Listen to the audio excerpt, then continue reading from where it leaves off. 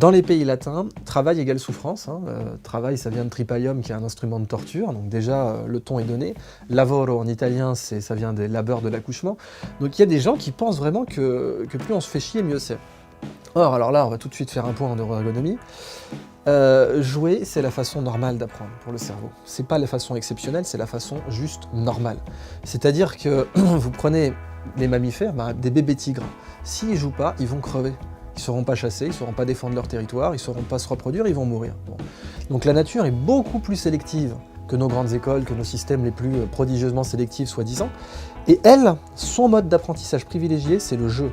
C'est-à-dire que dans un monde qui ne fait pas de cadeaux, où la moindre erreur, c'est la mort, c'est le jeu qui domine. Et mieux que ça, on sait en neurosciences qu'il y a une corrélation directe, évidemment, corrélation, c'est pas une cause, mais il y a une corrélation directe, en tout cas, entre jouer et intelligence. C'est-à-dire que plus un animal est intelligent, et en particulier plus il utilise des outils, ça c'est super intéressant parce que les pies utilisent des outils, les corvidés en général, les corbeaux utilisent des outils, plus un animal est intelligent, plus il joue. Quand même, il y a une leçon là, parce que 4 milliards d'années d'évolution, le comportement d'apprentissage c'est le jeu. Pourquoi ? Le jeu est un moyen de capter l'attention. On ne devient pas numéro 1 si on ne fait pas ce qu'on aime. C'est la première chose. Je connais personne, si on lui demande un prix Nobel par exemple, comment tu as eu ton prix Nobel ? Parce qu'il fallait bien. Ça. Non, ça n'existe pas. On n'est pas numéro 1 dans son domaine si on n'aime pas ce qu'on fait. Mais il y a une minorité de gens qui pensent sérieusement que plus on se fait chier, plus on est professionnel.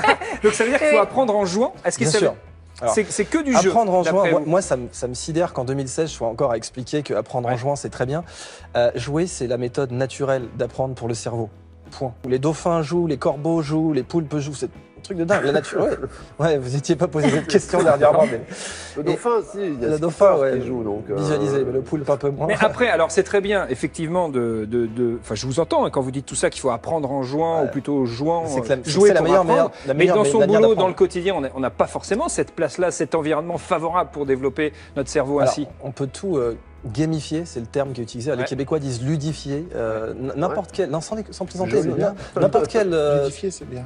Ludifier, je préfère parce que c'est un côté fluide. C'est vrai, mais l'employé à l'usine qui est au montage, à la chaîne, là, ludifier, c'est quand même l'exemple le plus dur. Mais par exemple, les barman qui s'amusaient à jongler et tout avec leur.